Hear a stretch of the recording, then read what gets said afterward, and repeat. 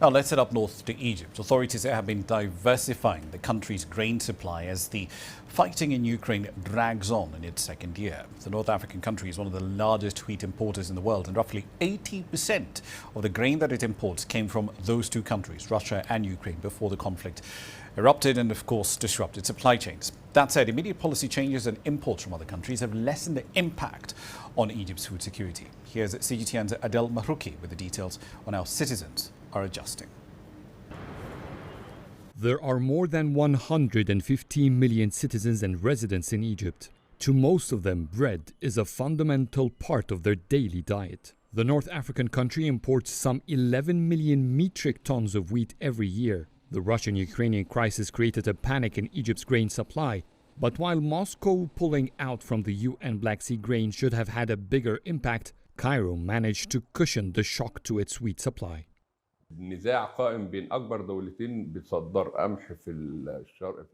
This is a conflict between two of the world's biggest wheat exporters.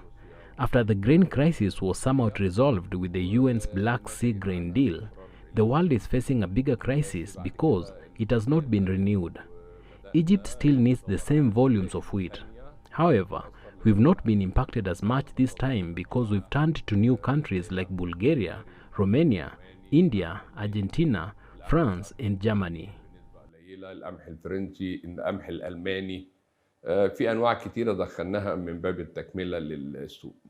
Egypt keeps 3 to 9 months of wheat reserves, which allow the government to stay ahead of turbulence in the world grain market. Recently, the Ministry of Supply changed the composition of the flour used for subsidized bread, as STEP experts estimate will save some 2 million tons of imported wheat. Moreover, the government placed stricter regulations to minimize leakage in the subsidized bread supply system. I don't have a ration card. Still, I always manage to buy subsidized bread. Nowadays, I can't. The only way is to ask a neighbor for their card to get that bread, which means they won't get it. Even in the regular markets, the prices of a pack of wheat went up and it's not always available as it used to be. But while the government managed to maintain a steady supply of subsidized bread, some of those who don't have access to ration cards have been struggling. A global surge in wheat prices coupled with a weaker Egyptian pound has driven up the price of bread. The loaf of bread is now smaller in size and more expensive. I only buy from the private bakeries. I pay $1 for 20 pieces of bread, and that's about double the regular prices a couple of years ago. My family can afford that, but I know a lot of people who can't.